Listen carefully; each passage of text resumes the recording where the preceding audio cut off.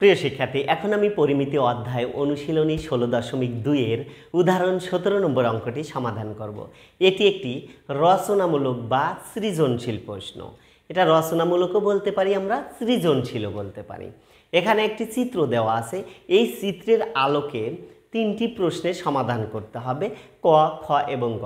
প্রথমেই আমি ক নম্বর অঙ্কটি সমাধান করব।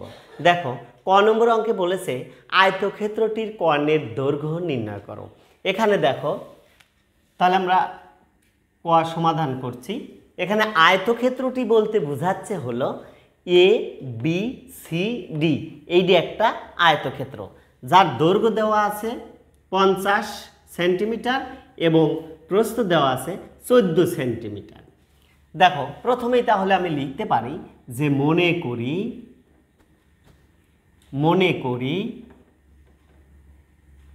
A B C D আয়তক্ষেত্রটির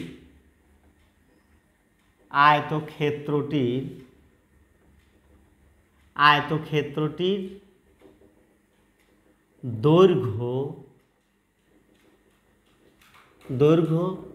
50 centimetre. তাহলে দৈর্ঘ্যটা আমরা লিখে ফেললাম। এরপরে প্রস্থ আমাদের আছে কত? 14 সেন্টিমিটার।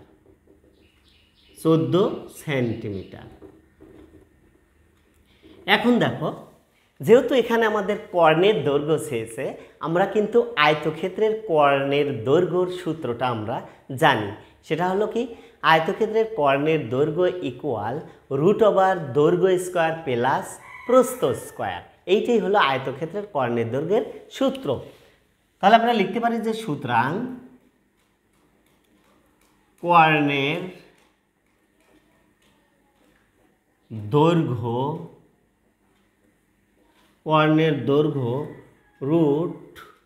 তাহলে দৈর্ঘ্য স্কয়ার মানে 50 স্কয়ার, দৈর্ঘ্য স্কয়ার প্লাস প্রস্থ হলো কত?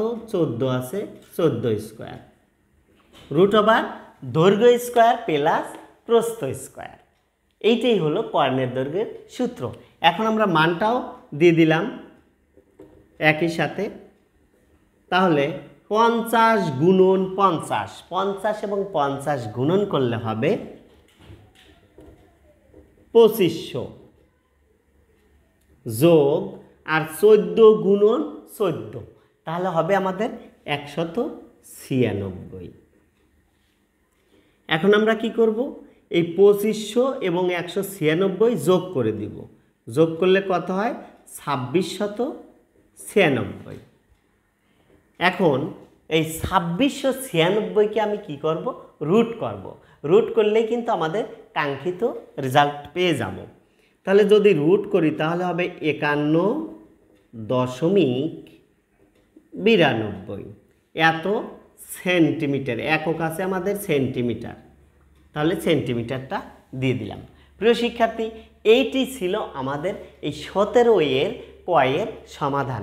অর্থাৎ কর্ণের দৈর্ঘ্য চেয়েছে, কর্ণের দৈর্ঘ্যটা আমরা বের করে দিলাম। আশা করি অঙ্কটি বুঝেছো।